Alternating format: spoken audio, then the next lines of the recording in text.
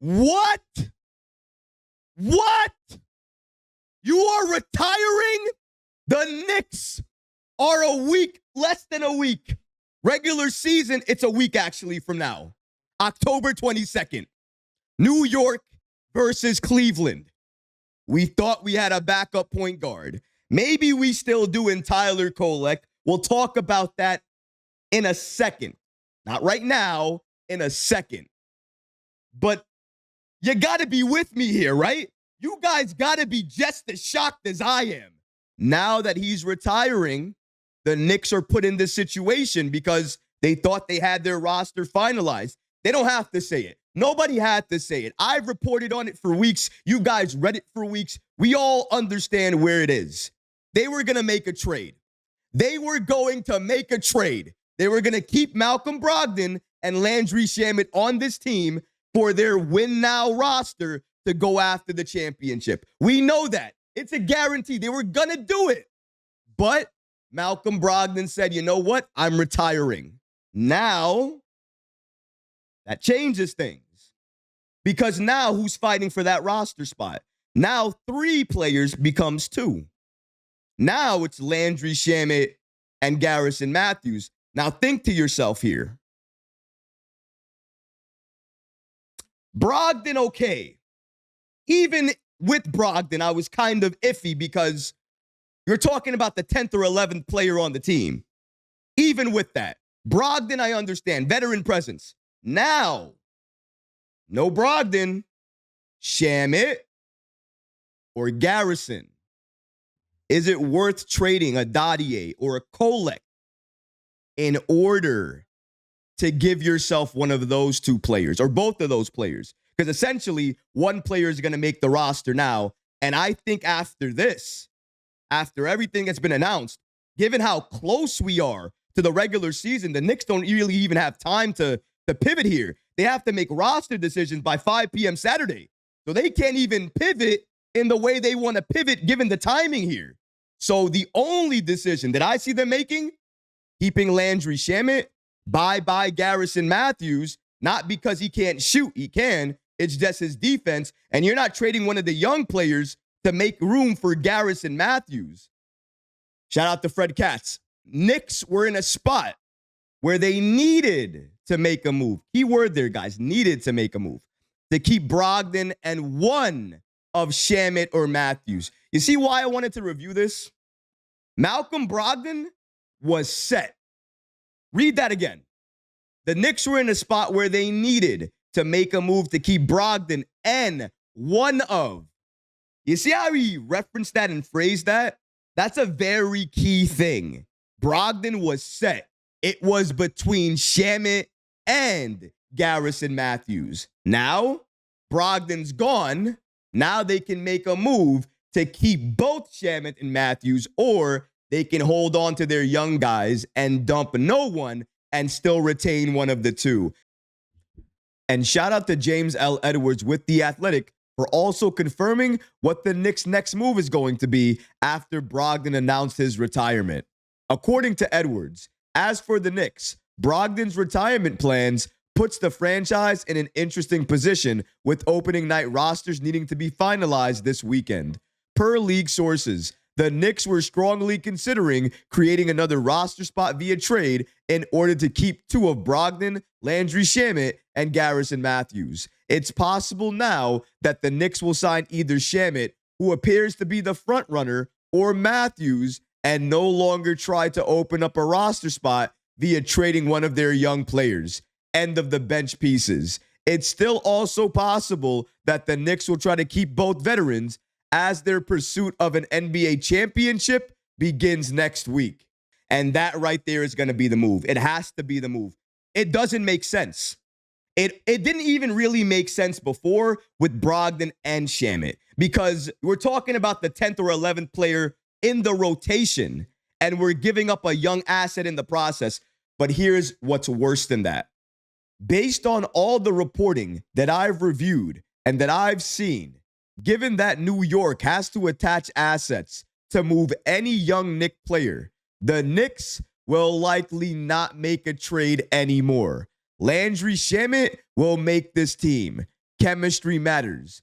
As far as Garrison Mathews goes, love his shooting, but his defense, it's non-existent at times. And say what you want to say about Shamet, even though he hasn't shot the ball well in preseason, we know he can and we know he will. Given that and all of these other factors, it seems inevitable that this is the direction the Knicks will go in, given the fact that Malcolm Brogdon announced his retirement. They are not making that trade any longer.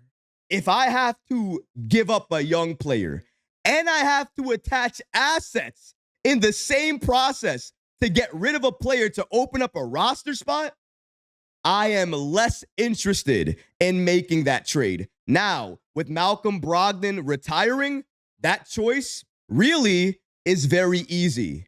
Garrison Mathews, great shooter, not a great defender, has no chemistry with this team. He is going bye-bye. Landry Shamet, we know he can shoot. We know he can defend. He has chemistry with this team. The Knicks no longer need to make a trade. They should keep Tyler Kolek, Become Dadiet, only retain Landry Shamet at this point, and that is the roster they move forward with.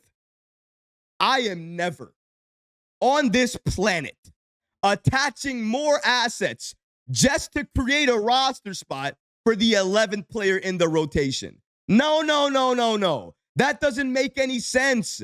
We need to keep our assets because we're trying to build up assets if and when a Giannis Antetokounmpo trade happens down the road in the future. The summer of 2026. The summer of Giannis, if you will. That's a long ways away. Something we don't even have to think about right now. What we do have to think about, though, is these roster changes that the Knicks are having to make now. Now, that bench lineup is a little bit different because if Brogdon was on this team, I guarantee you, he would have received consistent minutes off the bench behind Jalen Brunson. Limited minutes, but still consistent minutes. Now that he's not there anymore, there's a hole that needs to be filled. Now, who's going to fill that hole? Let's talk about it for a second. We know who the 5 starters are, right? Mitchell Robinson will start, by the way. We have not seen Josh Hart all preseason long. If you think Mike Brown is going to start a player that has not played one preseason game, not one full game, you're out of your mind, okay? So the starting unit, we already know who that's going to be. It's going to be Jalen Brunson, Karl Anthony Towns, OG Anunoby, Mikal Bridges, and Mitchell Robinson. So that's done. Bench unit, Deuce McBride, Jordan Clarkson, Gerson Yabusele, Josh Hart, Huck Porty. He could be your 5. So you have 5 legit off the bench. You have 5 starters. And I didn't even mention Landry Shamet yet. So that's why I think New York is perfectly fine with the roster that they have right now. And if it's not going to be Tyler Kolek, it could be a Landry Shamet at times. Or maybe if Deuce McBride doesn't have it, it could be a Landry Shamet at times. This is where Landry Shamet's role is going to be. In certain situations, he can be put in, give you defense, and give you three-point shooting, and has that chemistry. Another reason I feel Shamet is absolutely going to make this roster. And another reason I feel a trade will not be happening anymore. This announcement changed everything. I promise you guys, I was about to make a video about Leon Rose and this Knicks front office calling a number of different front offices about how many draft picks they can get back, what draft capital they can obtain. That's the type of moves New York was talking about before this, because that's where their mind was, creating a roster spot. Now, everything is different. Everything has changed. Nothing's the same anymore. And of course it's not. You just lost your backup point guard. Now you pivot. You're not making a trade anymore, and you're keeping this roster intact. Maybe that was the best course of action anyways, because now we don't lose any of our young players. Or maybe Malcolm Brogdon not being part of this team hurts us just a little bit, because now we lose the veteran, we lose that leadership, and we also lose a player off the bench right behind Jalen Brunson that legitimately could back up Brunson and give him a rest. New York, you're going to have to make some moves and make some decisions. And by the sounds of it, your likely only choice is keeping this roster intact and waiting for another opportunity to spot talent and go after it. This episode is presented by FanDuel.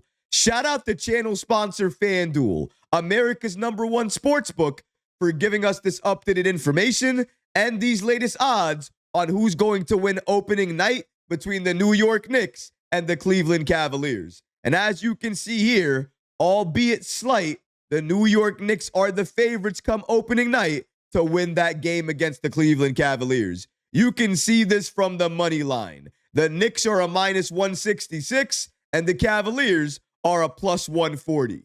But as of right now, New York is forced to change their plans, but they don't really have anything to pivot to. So the only change they can do is not make a trade. And that's exactly where they are right now. But I am out of here. Thank you guys again. I will catch you guys on the other side.